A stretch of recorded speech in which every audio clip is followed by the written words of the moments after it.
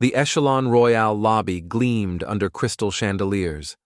A line of black-suited security guards stood rigid, blocking ordinary guests from the VIP section. A simple man in casual clothes sat in the corner with his young daughter, waiting to sign a maintenance contract. Devon Cross, single father, just trying to make ends meet. Head of security. Tobias Creed approached with a mocking smile. "Wrong man, buddy. This isn't your place." Laughter erupted as several guests looked on with amusement.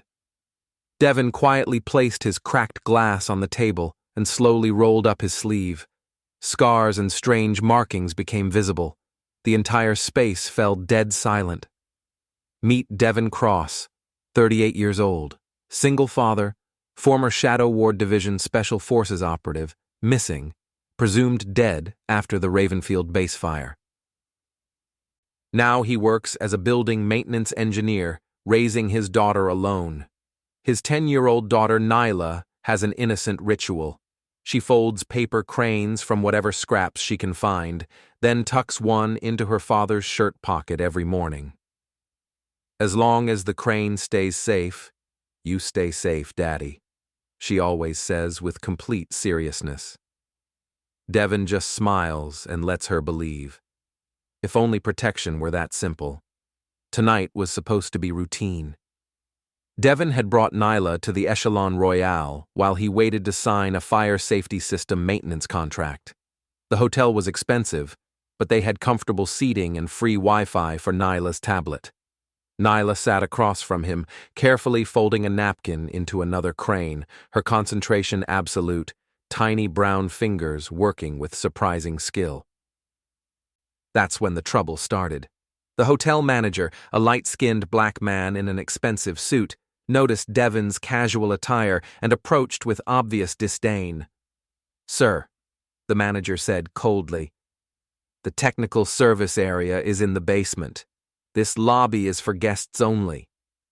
A group of wealthy guests at the bar began whispering and pointing. "Single dad trying to get into places above his level," one black woman in designer clothes said with cruel amusement. "Probably can't afford a babysitter," her companion added, "so he drags the poor kid everywhere." Nyla's hands froze mid-fold, her cheeks flushed red as she realized they were talking about her and her daddy. Devon felt his jaw tighten, but he chose silence for Nyla's sake. "Look at that jacket," another voice chimed in. "Probably from a thrift store. What kind of father can't provide better?" The cruel whispers grew louder. Nyla's paper crane crumpled slightly in her small fist as tears welled up in her eyes. Devon reached across and gently took her hand. "It's okay, sweetheart. They don't know us." But the humiliation burned, not for himself, but for Nyla. She didn't deserve this. That's when Devon noticed something else happening. Across the lobby in the VIP section, a young black woman in a simple black dress was being cornered by Tobias Creed and two other security guards. The woman looked uncomfortable, trapped between expensive furniture and their approaching bodies. "Come on, sit with us," Tobias said with a predatory smile, his dark face twisted in false charm. "The party is more fun with a beautiful sister like you." The woman shook her head firmly, her natural hair bouncing with the movement. "I don't know you. Please leave me alone." "Don't be shy." Another guard stepped closer. "We're important people. You should feel honored." Devon watched the woman's eyes dart around the lobby looking for help. Other guests pretended not to notice. The staff looked away. Tobias reached out and grabbed the woman's arm. That's when Devon stood up. He moved slowly, deliberately. His cracked glass remained on the table as he approached the VIP section. Nyla looked up at her father, paper crane forgotten in her palm. Devon's voice cut through the tension like a blade. Calm, controlled, absolutely clear. "Take your hands off her." Tobias turned with a mocking laugh. "Wrong man, buddy. Wrong place, wrong time." The entire lobby fell silent as two worlds collided. Tobias continued his mocking laughter, making sure everyone in the lobby could hear. "What are you supposed to be? Maintenance boy?" he said loudly. "A broken-down handyman playing hero?" The wealthy guests erupted in cruel laughter, their voices carried across the marble floor, echoing off crystal chandeliers. "Single dads these days," one VIP customer sneered. "Think they know something about honor just because they're raising kids alone." Another guest chimed in. "Probably unemployed half the time, living off government assistance." Nyla watched from their table, tears streaming down her small, brown face. Devon kept his hand on his shirt pocket, feeling the paper crane she'd made that morning. But he noticed details others missed. The security cameras in the corners had been quietly turned away from the VIP section. The emergency exit lights behind the bar were switched off. Someone had orchestrated this. Devon watched the hotel manager slip an envelope to Tobias when he thought no one was looking. Money had changed hands here. The young woman in the black dress spoke up, her voice shaking. "I don't know these men. I just want to leave." Devon spoke loud enough for the entire lobby to hear. "The lady said no. That should be enough for any decent person." Tobias stepped closer, invading Devon's personal space. "Wrong man, buddy. You picked the wrong script tonight." The laughter grew louder. Several guests pulled out phones to record what they thought would be an entertaining confrontation between security and a troublemaker. "Look at this guy," someone called out. "Trying to impress a woman way out of his league. His daughter's watching him make a fool of himself," another voice added. "What kind of example is that?"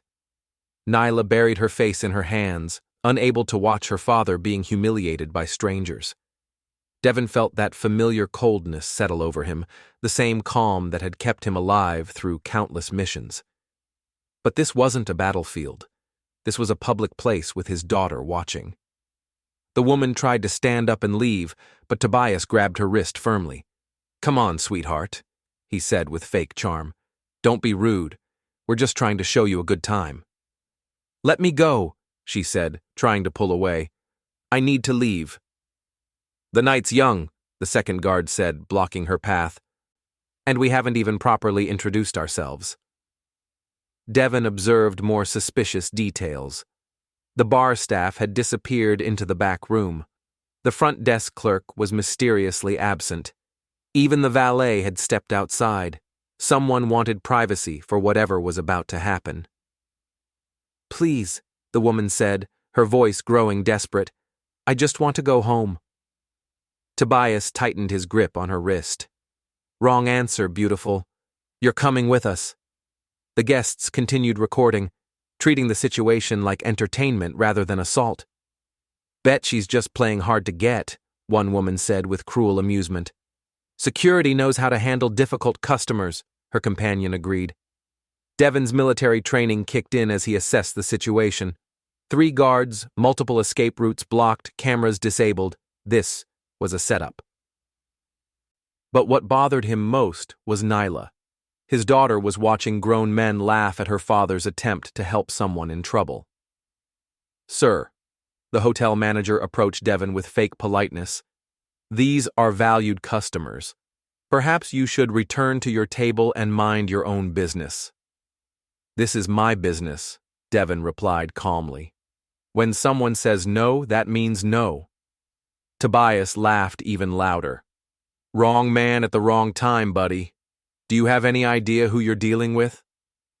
"I know exactly what I'm dealing with," Devon said, his voice carrying an edge that made several nearby guests stop laughing. The woman looked directly at Devon with desperate eyes. "Please help me." That's when Tobias made his mistake. He shoved Devon hard in the chest, trying to establish dominance in front of the crowd. "Wrong man, buddy. You chose the wrong fight tonight." The entire lobby watched as Devon absorbed the impact without moving. He stood like a stone statue, completely unmoved by the assault. "Last warning," Devon said quietly. "Take your hands off her." "Or what?" Tobias sneered. "You'll call the police? We own the police in this district." He gestured to his two companions, who moved to flank Devon on both sides. Wrong man in the wrong place. Time to learn your lesson, the second guard said. Nyla wiped her tears and watched her father with growing fear. The paper crane in his pocket seemed so small and fragile against three large men. Tobias tightened his grip on the woman's wrist until she winced in pain. Last chance to walk away, maintenance boy, he said with cruel confidence. The wealthy guests held their phones higher, expecting to record Devon's humiliation and retreat. But instead, Devon did something no one expected. He slowly, deliberately rolled up his sleeve. Scars became visible, old wounds that told stories of violence and survival. And there, clear as day, was a tattoo most people had only heard whispers about, the Shadow Ward Division insignia. The laughter died instantly. Several guests recognized the symbol and gasped audibly. Holy shit, someone whispered. That's Shadow Ward. Tobias's confident expression faltered as he stared at the markings on Devon's arm. That's impossible, he said, his voice losing its swagger. Shadow Ward was destroyed. Everyone died. Devon's eyes met Tobias's with the kind of calm that only comes from men who've seen too much death. Wrong man, Devon said quietly. Maybe you should reconsider who you're dealing with. The entire lobby held its breath as the game suddenly changed. What happened next took less than 15 seconds. Devon didn't explode into violence like an action movie. Instead, he moved with the surgical precision of someone trained to end conflicts quickly and efficiently. The cracked glass from his table became his first tool. As Tobias reached for the woman again, Devon swept the glass rim across the security chief's wrist at exactly the right angle. The pressure point contact made Tobias's hand go instantly numb, forcing him to release his grip. What the hell? Tobias started to say, but Devon was already addressing the second threat. A wooden chair became his next tool. One fluid motion tilted it at the perfect angle, using the legs to pin the second guard against the wall without causing serious injury. The third guard tried to grab Devon from behind. That was a mistake. Devon spun, using the receipt tape from the nearby concierge's desk.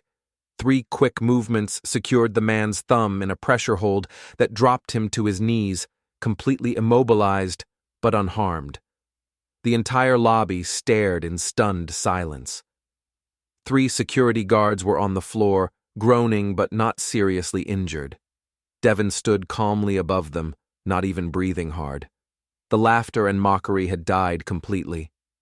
Nyla watched from her table with wide eyes. Her father had moved like water, flowing around obstacles, using everything around him as a tool. Impossible, someone whispered. The woman stepped back, free from her captors but shaking with shock. That's when she looked directly at Devon and spoke words that changed everything. You don't know who I am, she said, her voice steadying. I'm Selah Monroe, heiress to Monroe Consortium. The lobby erupted in gasps and whispers. Monroe Consortium was worth $15 billion. I've been working undercover, Selah continued, her voice growing stronger. We suspected this hotel chain was involved in money laundering and corruption. These men, she pointed to the guards on the floor, are part of a network that bribes hotel staff to let them operate here. Devon's expression didn't change. Doesn't matter who you are, no one has the right to put their hands on you. Selah stared at him with growing recognition. Wait, your movement patterns, the way you handled that situation. Her eyes widened. You're Ghost Cross. Devon from Shadow Ward Division. The murmurs in the lobby grew louder. People began pulling out phones, sensing they were witnessing something extraordinary. Devon picked up his cracked glass and walked back toward his table. That man disappeared a long time ago. No, Selah shook her head. You're the unit commander who vanished after the Ravenfield base explosion. Everyone thought the entire Shadow Ward division was destroyed. A former military officer in the crowd whispered loudly enough for others to hear. "My God, that's the Shadow Ward marking. He's real." The revelation spread through the lobby like wildfire. Phones came out everywhere as people realized they were looking at a legend. Shadow Ward was the most elite special forces unit ever created, someone explained to their companion. They were erased from all official records after a classified mission went wrong. Devon continued walking toward Nyla, ignoring the attention. "Mr. Cross," Sela called out. "Today you didn't just save me. You helped expose a criminal network that's been operating in luxury hotels across 3 states." As if on cue, police sirens wailed outside the hotel. Within minutes, officers flooded the lobby. The hotel manager appeared, his face pale with terror when he saw Sela standing free. "Miss Monroe," the manager stammered, "I can explain everything." "You can explain to the prosecutors," Sela cut him off. "We have recordings of every bribe you've taken." The 3 security guards were arrested as police secured the scene. Evidence of the money laundering operation was already being collected from the hotel's computers. Guests who had been mocking Devon an hour earlier now looked ashamed and uncomfortable as the arrests continued. Sela approached Devon's table where he sat with Nyla. "Mr. Cross, I need to thank you properly." Devon was helping Nyla pack up her origami supplies. "No thanks needed, just doing what's right."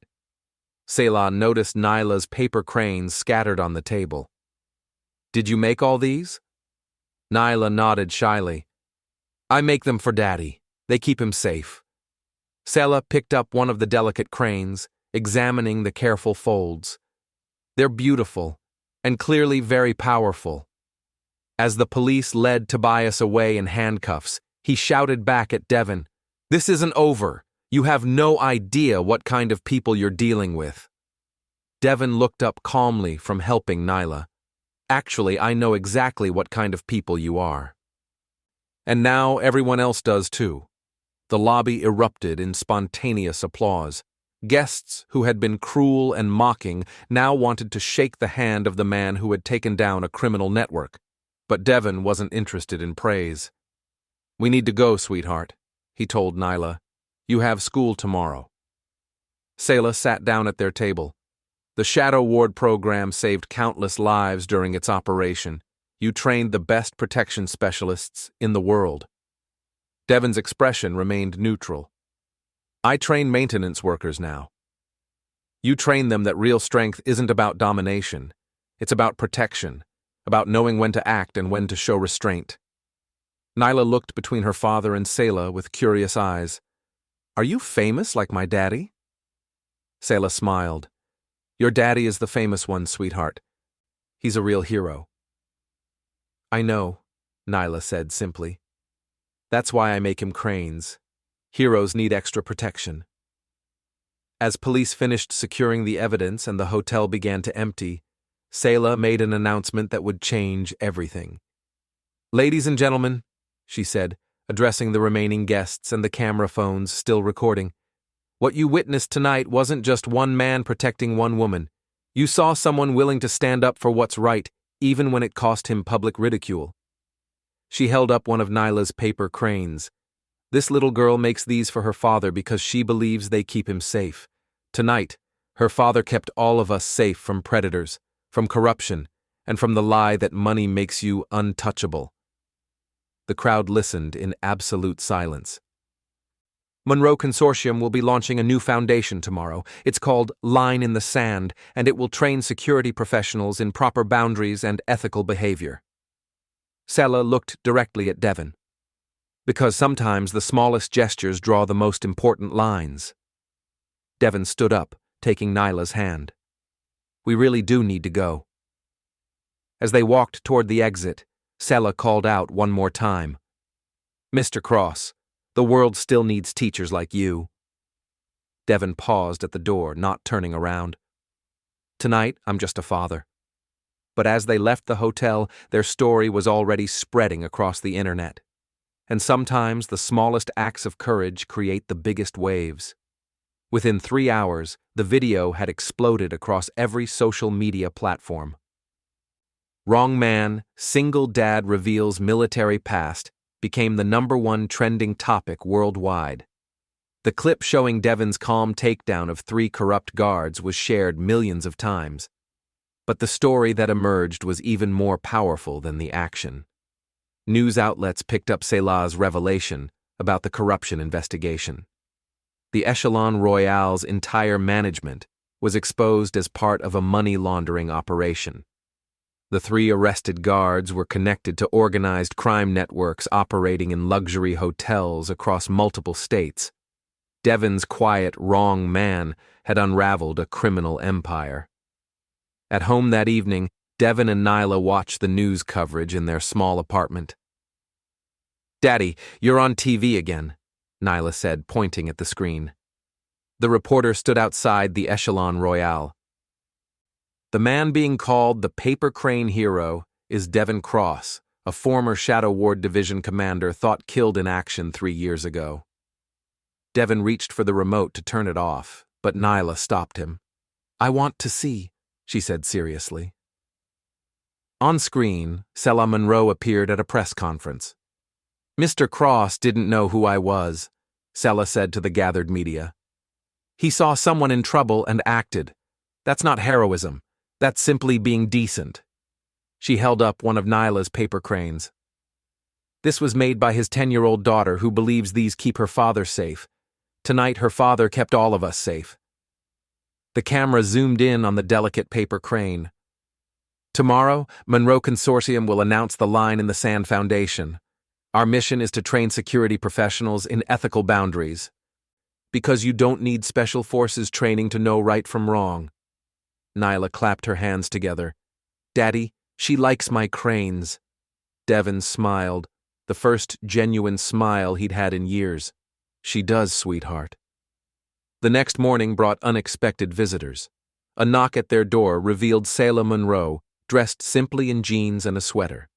Behind her stood a woman with professional camera equipment. "Mr. Cross," Selah said, "I was hoping we could talk." Devon looked suspicious. "About what?" "About changing how the world thinks about protection." They sat at Devon's small kitchen table while Nyla played nearby. The camera remained off. "The response has been overwhelming," Selah explained. "Thousands of security professionals want to learn what you demonstrated last night. Not the physical techniques, the mindset." Devon shook his head. "I'm not a teacher anymore." "You never stop being a teacher," Selah replied. "Last night, you taught an entire hotel lobby that one person can make a difference." She pulled out her phone, showing him messages from around the world. "A security guard in Tokyo refused to harass a customer yesterday, citing your example. A bouncer in London prevented an assault using your exact approach. A father in Chicago protected his daughter's friend at a party." Devon read the messages, his expression softening.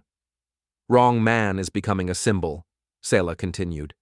"People are realizing that sometimes the person everyone underestimates is exactly the right person for the job." Nyla looked up from her paper folding. "Are you going to help more people?" "Daddy?" Devon knelt down beside his daughter. "What do you think I should do?" Nyla held up her latest creation, a crane made from newspaper. "I think you should teach other people how to be safe." That afternoon, Devon agreed to one interview. The reporter was respectful, gentle. She asked about his military background, his daughter, his decision to intervene. "What would you say to people who think you were lucky?" she asked. Devon considered the question carefully. Luck had nothing to do with it. Training did, but more importantly, knowing that someone needed help did. "What about people who say civilians shouldn't get involved?" "There are no civilians when someone's in danger," Devon replied. "There are only people who act and people who look away." The interview aired that evening to massive viewership. But Devon's phone started ringing before it was even over.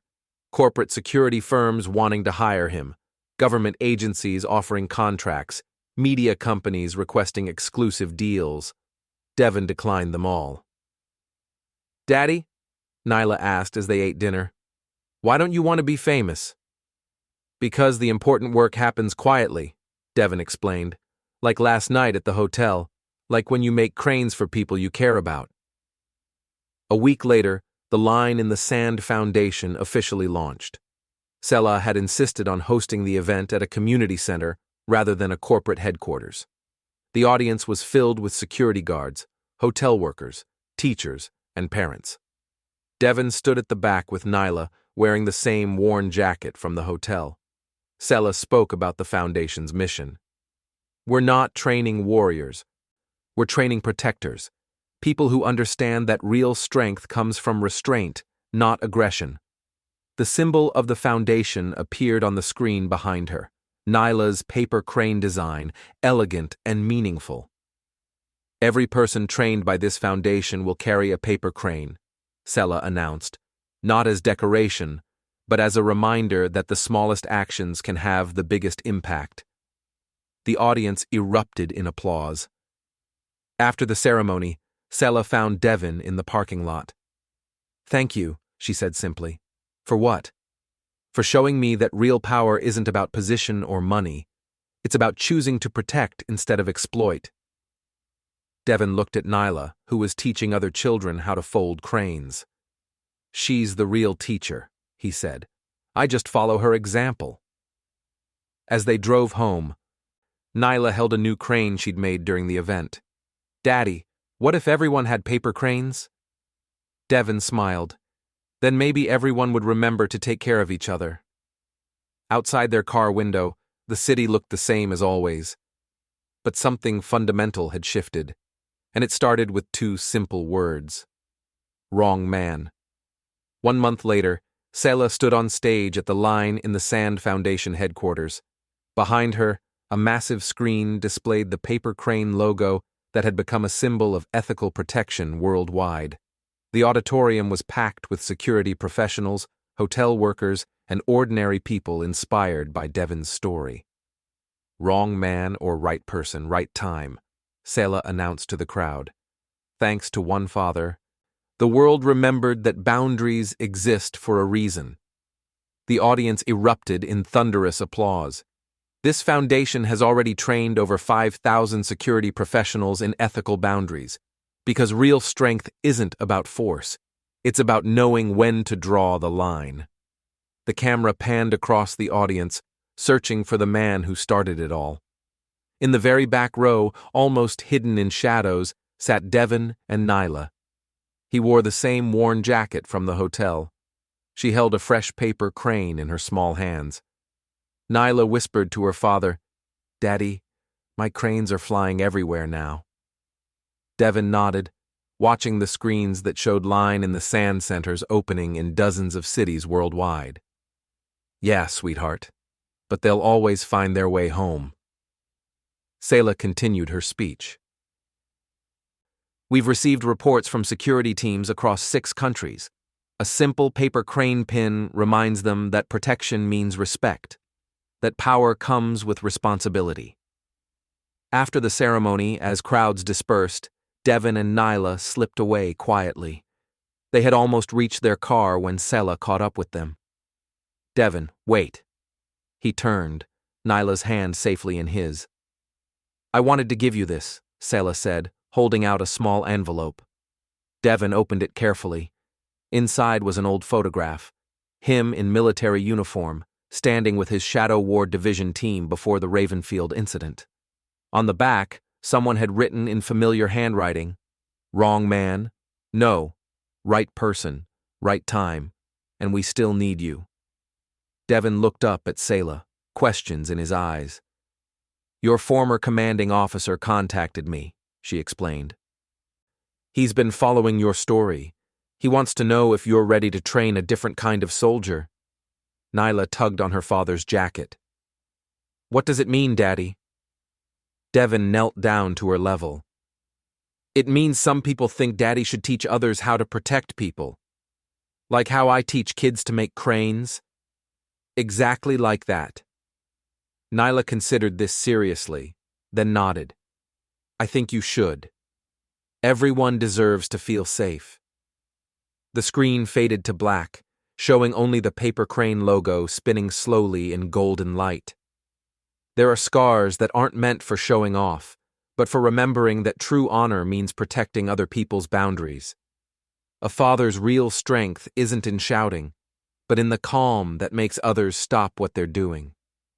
If you were him, what would you choose? Keep living quietly with your family or step forward so the world remembers what wrong man really means.